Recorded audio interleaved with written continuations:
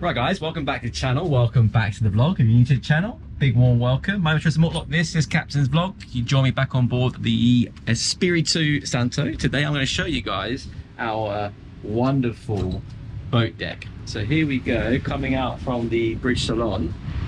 We have a dining table, then we have our big crane and the two tenders I'm going to show you shortly.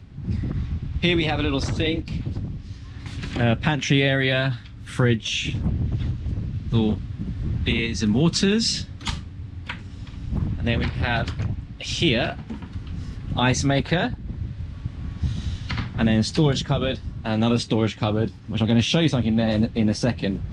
But first thing I want to show you is on port and starboard side we have the life rafts, and as you can see here, these are 12-man life rafts. The next service is due in March 2025. Time of filming this, we're now July 2024. So we have a 12-man life raft on each side with our hydrostatic release unit. So my question to you, if we have one 12-man life raft each side, okay, how many people, passengers and crew, can we carry on board? Think about it. Let me know in the comments box below. So here we have an original tender. It's a rib. It's covered up in a moment. I won't uncover it because you can see in the distance there's a big storm brewing with an outboard engine. Okay. And then we have the crane. This crane is very cool. Has a lifting capacity of 1.25 tons, as you can see there. But as you can see there, it says SWL. Now, can any of you tell me what SWL stands for? Let me know in the comments box below. So this crane launches both the tender, launches both tenders and also operates our gangway, because our gangway is not automatic. So you can see we've got a line connected to the hook of the crane. Which is going down, flags in the way, let's go to the port side. It's going down to the passerelle. So in evenings, we use this pulley system here. We put it up to have the passerelle up so nobody comes on board. Anyway, here we have a custom-made tender. But before we get on this tender, I want to show you something very cool. And this goes to show that men never grow up. But how cool is the controller for the crane? So basically, put this down a second. See, up. So basically, it goes around your waist, clips on like that, and you can stand here like this, and you can control the crane. I'll show you here. These are the controllers. So this is for the boom, left, right, up, down. This is for the hook, up and down, start, stop. The lights, which you can see is just, you can see here, see the light just there. So we're doing crane operations at night. We can see what we're doing. And as you can see, it is very cool. I love this. I feel like, you know, that's not what it is, like diggers and cranes, and it never gets boring. It's a lot of fun. One thing I didn't notice actually today, I'll show you guys, is we did have, I noticed it earlier today, is inside here, you may see, it's there, we have a little oil leak. So anyway, that's on the list to do, for the engineer to do. And a thing we have also here in the Mediterranean, it's a thing called the red rain. So you may have noticed how dirty the boat is. So this is effectively come from the Sahara, from North Africa, all the way over. It's very well known here in the Med.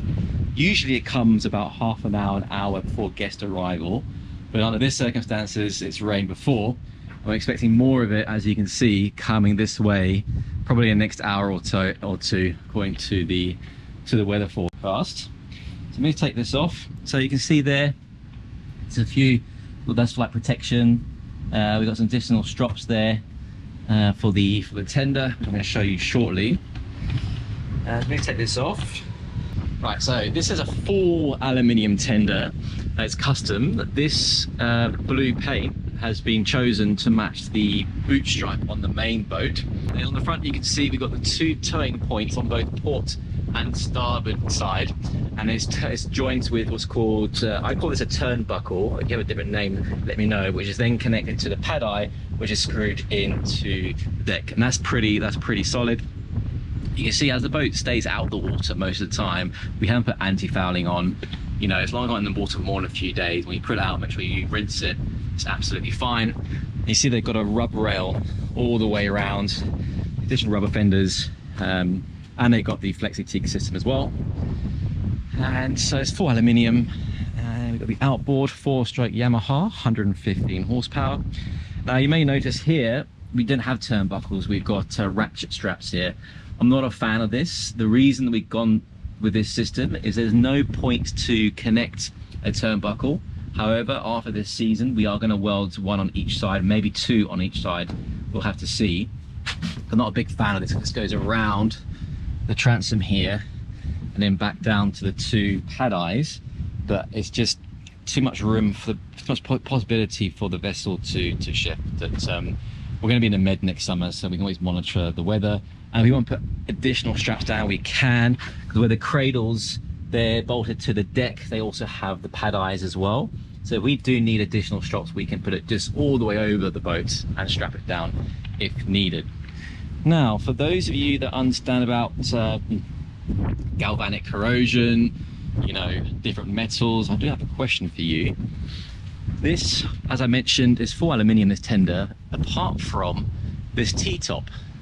This T-top, quite clearly, is stainless steel, right? So I had a little look at this, and you guys tell me what you think.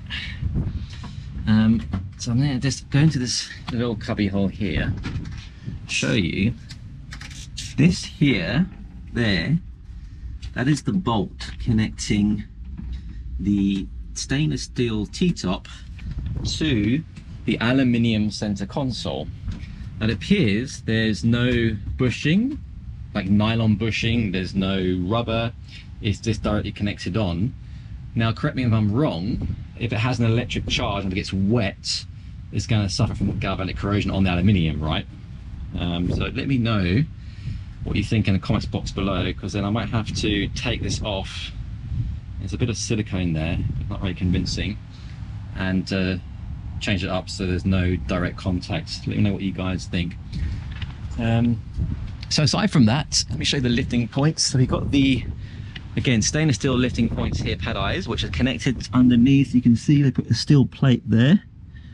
And that's the lifting. So even that, to me, let me know what you guys think. I'll give you just give you some perspective. That's my hand there. If it was me, I'll make this thing all the way along here, extra big. But yeah, just my gut tells me that. It's not based on any evidence or load testing. And also, I think the lifting line looks very small. I understand it's diameter line. That's very strong. But sometimes your gut just says, not too sure about that. And at the back, so that will be then the point of lifting. And you're probably thinking, well, hold on, the T-top's going to get in the way of lifting.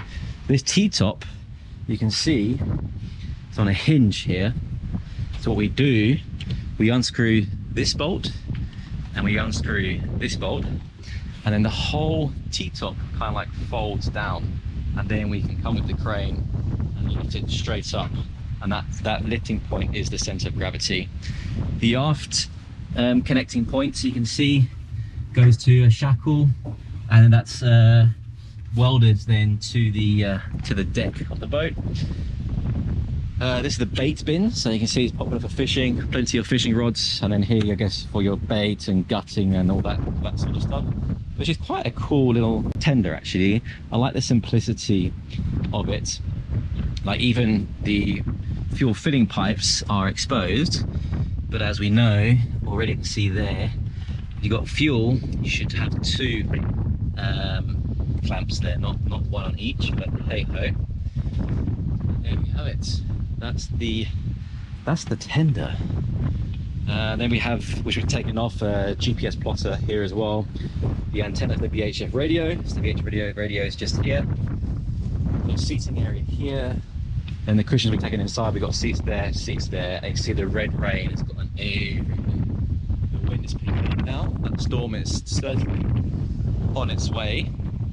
Now, what else I'll show you in the boat deck? So also we keep all our exterior cleaning stuff under here. So we got buckets, squeegees, we got all our brushes, chamois, polishes, cleaning products, all the Sherhold poles, sponges. So all our cleaning stuff is actually kept in here. That, guys, is the boat deck. So 2 questions to reiterate. Tell me about what you think about the stainless steel on the aluminium. Tell me what SWL stands for on the crane. And finally, let me know how many people can we carry on board if we have one 12-man life raft on each side of the boat. Right, so I hope you guys enjoy this video. I'm just really enjoying showing you all the different areas on board the boats. If you haven't seen the previous videos, we've done a bridge tour, so you've seen the whole wheelhouse. We've done the tour in the anchor locker, so give them a look if you haven't seen them. Let me know what you guys think. I'd be quite interested to read what you think. And there we have it, guys.